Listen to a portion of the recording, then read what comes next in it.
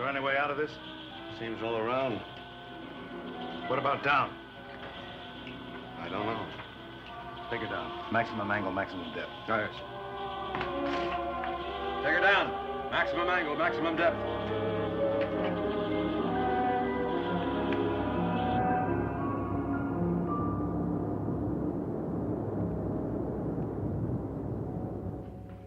Syrian has evolved a theory. At first, I wasn't about to buy it, but we have eliminated one by one every other logical explanation. It is rather fantastic. But here is a chart of the Arctic region. On it, I've plotted every incident of these peculiar phenomena, the sinkings, electrical storms, our own experiences. Now, here is where we encountered the electrical storm. The sturgeon was lost about here. The others, here, here, and here. Do you see it? See what? The pattern. The pattern. Each incident occurred almost precisely 1,000 statute miles from the pole. A line drawn through the points of occurrence makes almost a complete circle around the pole. Which adds up to what, Syrian? I cannot accept the idea that these phenomena were either random or natural. I believe they were motivated by some sort of intelligence. Do you mean that somebody is... I didn't mean to imply a human intelligence. Well, what on earth kind of intelligence is it, Syrian? Oh, perhaps it's not an intelligence on Earth. Perhaps it's an intelligence from beyond the Earth. What can we do about it, sir? I've been thinking about that. As you see, these occurrences were on this line, almost a perfect circle around the pole. However, there may be a significant break in that ring here in the area of the Queen Victoria Sea near Franz Joseph Land, north of Murmansk in Finland. Supposing our theorizing is correct, then this could be the next danger point. Yes, yes. But supposing we anticipated a little, supposing the tiger shark was lurking there, waiting. You could be right. We'll chart our course right straight across the pole to bring us here, the Queen Victoria Sea. So swiftly, implacably, the tiger shark moved across the top of the world toward a rendezvous with what?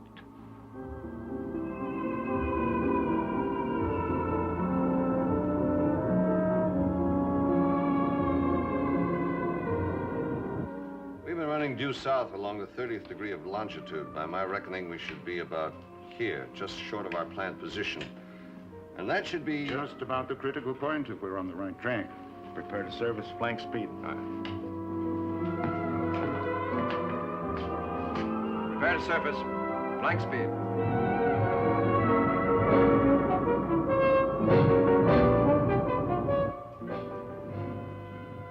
Mr. Melbourne, quick, look at this.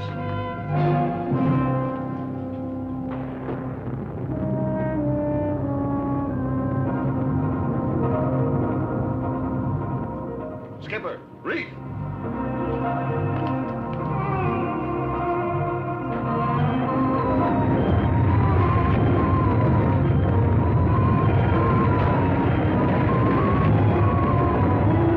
Those chunks of ice are coming right at us. Dive! Dive! Dive! Dive!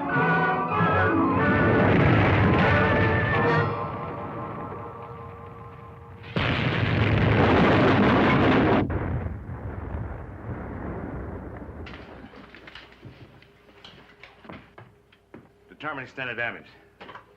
After torpedo room, report.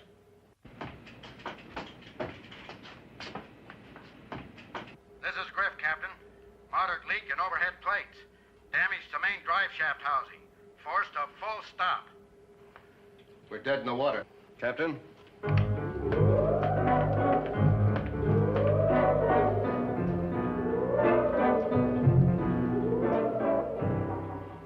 Whatever it is, it certainly can travel. Course and speed. Speed about 22 knots. Course due north. Directly toward the pole. Are you two flounders about set? We're ready.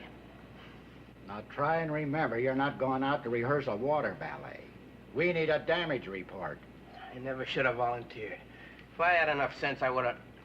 Hey, look out for the sharks, huh?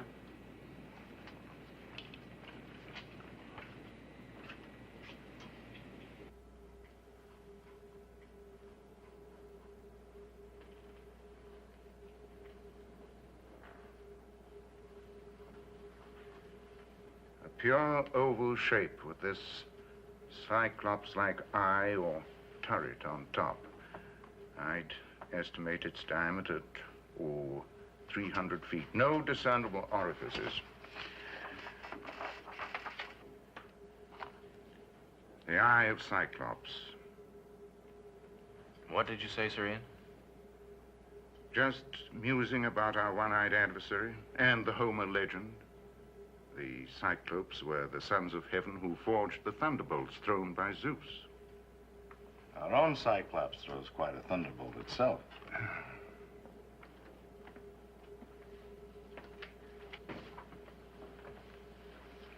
I knew there was something familiar.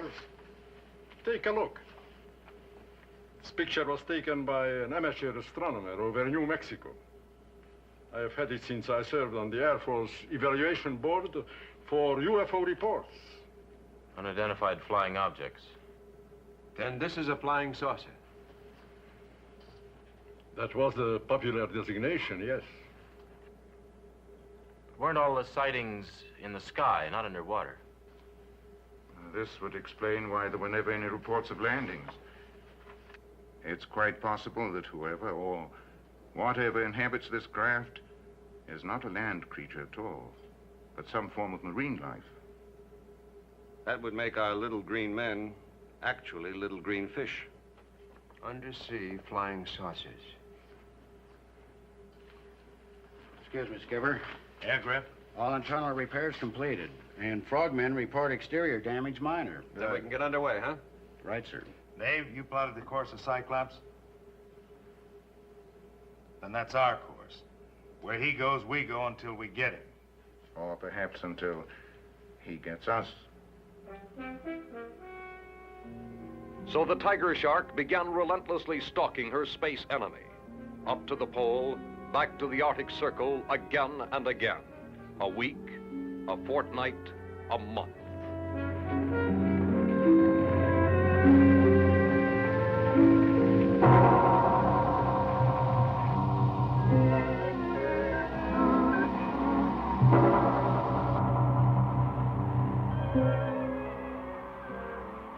Never a glimpse of their enemy, but there were reports. New disasters, new ships and lives lost.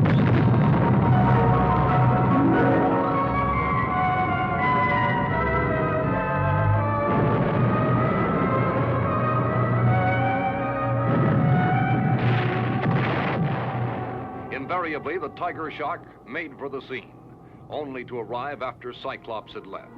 For all its desperation, the pursuit seemed fruitless.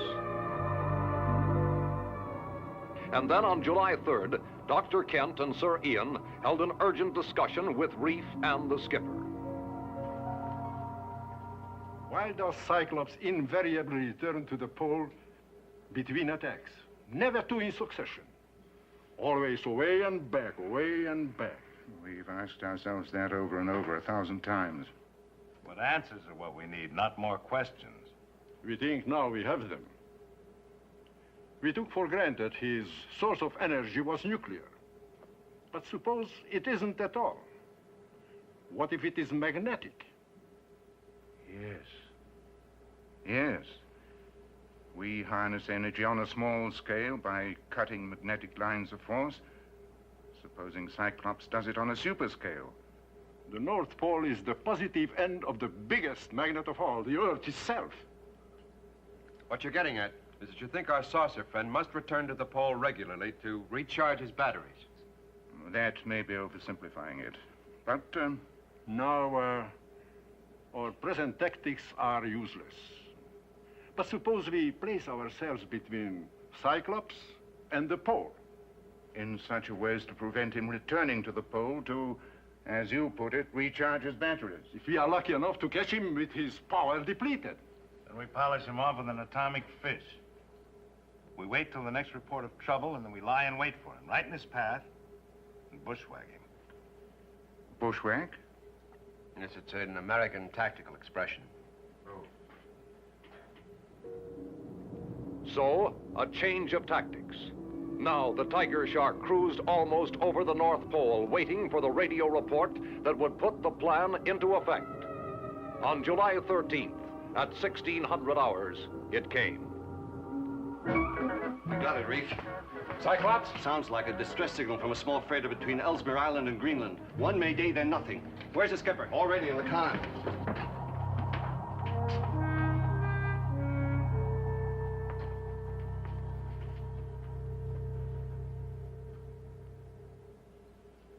We're here. Right? This is where Cyclops knocked off the freighter. This is the way he has to head for home, the pole. Here we are, right in his path. Sonar and TV scan the bottom. Find a good place to hide and lie in wait for him. Maybe a cave or a valley. Break for silent running. As soon as we're on the bottom, secure everything that hums or buzzes. I want absolute silence. Very well. Break for silent running.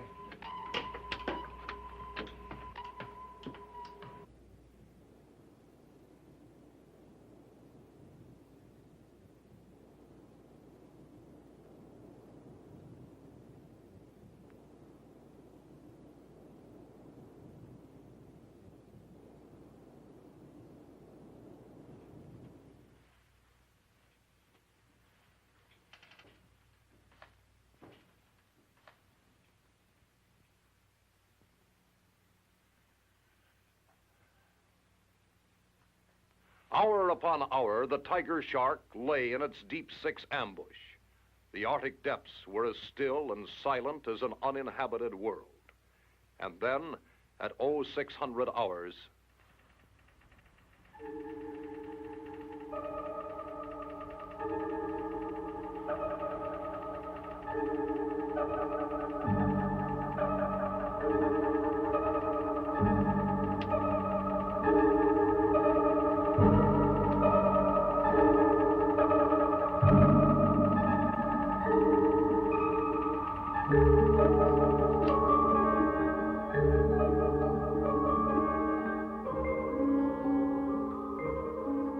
Skipper, Dr. Kent. What is it? That's him. Has to be. Range 22 miles. Speed, I give it 14 knots. His radiation level is very low. That would confirm our theory about having to return to the pole. Better be correct. Give me a setup on the TDC, range about 7 miles.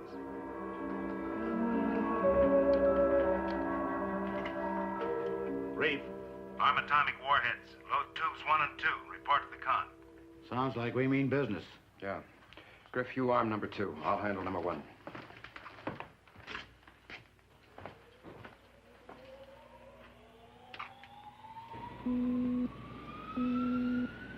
Load 1 and 2. Open outer doors. Stand by for action.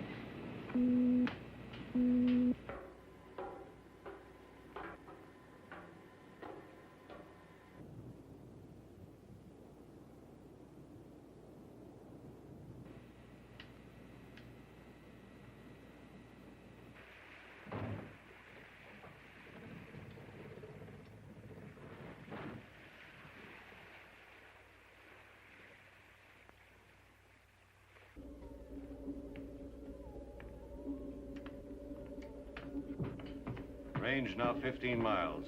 You sure it's Cyclops? Take a look.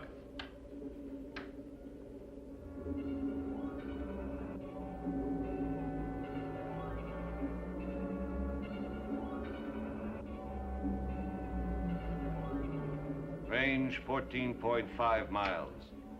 Script to skipper. Tubes 1 and 2 loaded. Outer doors open, ready to fire.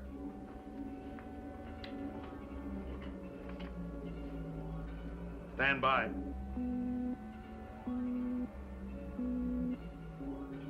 Range 8 miles.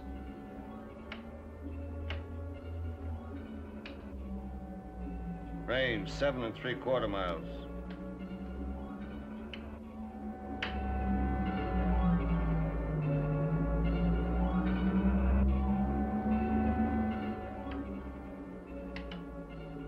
Zero, -10. 9, 8, 7, 6, 5, 4, 3, 2, 1. Target 0. Fire 1.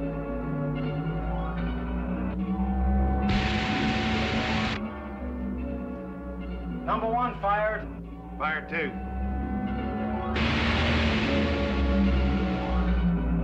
Number 2 fired.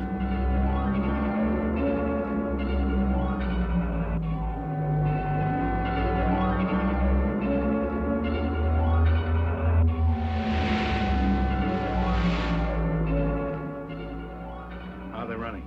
Heart straight and normal.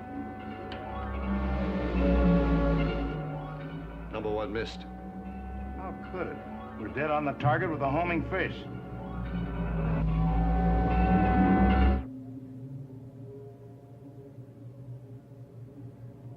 What's that?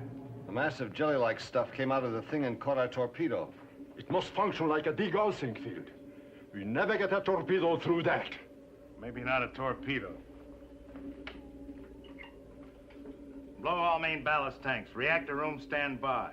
As soon as we're off the bottom, I want all ahead flank. What course, Skipper? Right at our one-eyed friend.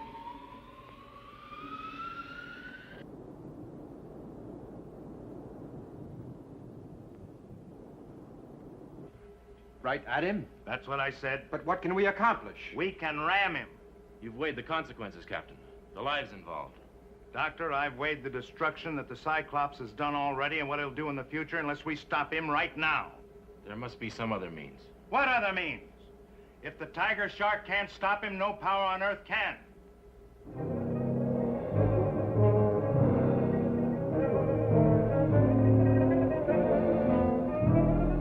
Now brace yourselves. Sound the collision alarm.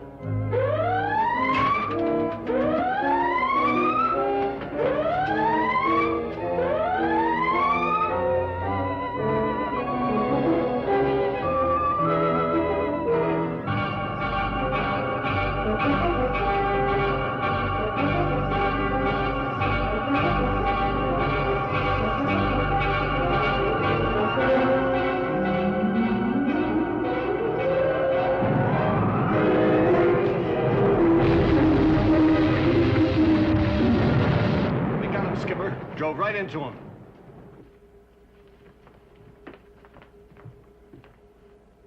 Look at that. Speared him like a fish. We did it, boys.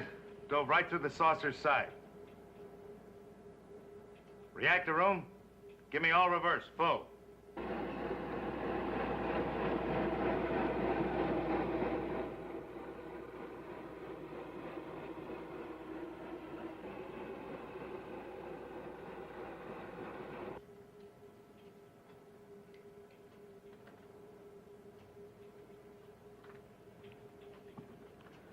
We're stuck tight.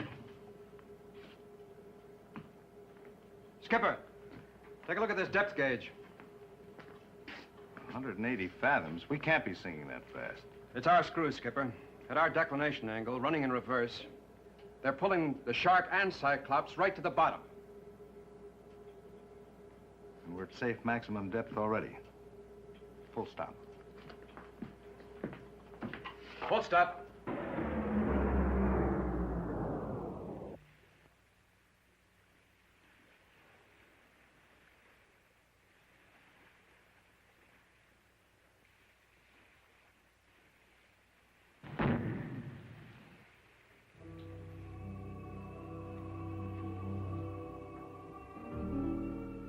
Hours later, the two Titanic craft were still locked together in an apparent death grip. On the bottom of the Arctic Ocean, nearly 1,200 feet below the surface.